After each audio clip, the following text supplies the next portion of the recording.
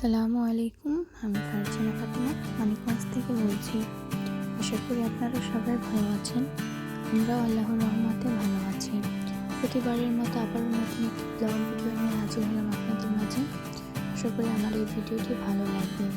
তো আজকে সকাল থেকে কাজে নেমে পড়েছি।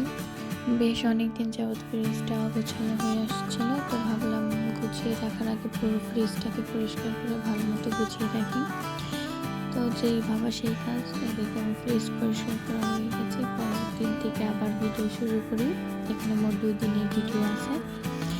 তো পরের দিন বাজারের বেলা বাজার থেকে দুধ নিয়ে এসেছি, সাথে কিছু সবজি বাজার নিয়ে এসেছে, আর সাথে কিছু গ্রোসারি বাজারে ছিল। তো এদিকে আমি ডাল আর হলুদ গুঁড়ো এগুলো সব গুছিয়ে নিয়েছি। আর দুধগুলো আমি বাটিতে ভরে নিয়েছি, এখন সুন্দর মতো ফ্রিজে রেখে দেবো। এরপর আগের দিন যে মাটির জিনিসপত্রগুলো এনেছিলাম সেগুলো এখন ধুয়ে রোদে দেবো, যেহেতু মাটির জিনিসপত্রগুলো ধুয়ে ব্যবহার করতে হবে। তো ভাবলাম বেশি করে রোদে না দিলে আগে চুলায় বসালেই ফেটে যাবে। তো এদিকে আমি সবগুলো সুন্দর করে পরিষ্কার করে নিচ্ছি। হঠাৎ দেখলাম যে আমার হাতের এই মাটির এইটা ফেটে গিয়েছে। তো এটা ফাটার কারণ আমি জানি না, কোনো কিছু ছাড়াই ফেটে গিয়েছে। আর ভিম বাটি ধোয়ার পরে এই অবস্থা, ভিমবার উঠে আসছে বারবার ধোয়ার পরে।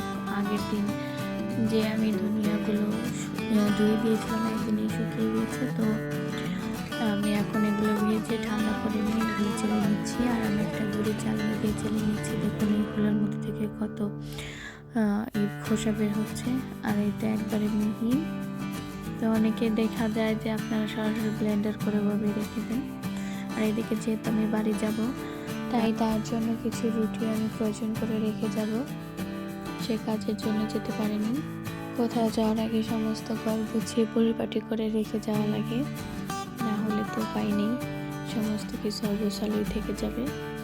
এদিকে আমার আটা মাথা হয়ে এসেছে, আর এখানে আমি প্রায় 1 কেজি আটা রুটি বানিয়েছি।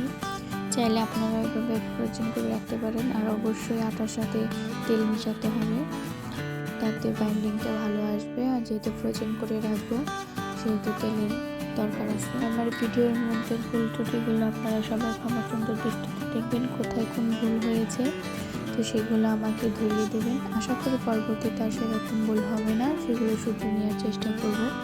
আমার আজকের ভিডিওটি ছিল এই পর্যন্তই। আমার এই ভিডিওটি যদি আপনাদের কাছে ভালো লেগে থাকে তাহলে অবশ্যই আমার চ্যানেলটিকে সাবস্ক্রাইব করে আমার পাশেই থাকবেন। ধন্যবাদ সবাইকে আমার এই পুরো ভিডিওটি দেখার জন্য। আবারও দেখা হবে নতুন কোনো ভিডিও নিয়ে। সবাই ভালো থাকবেন।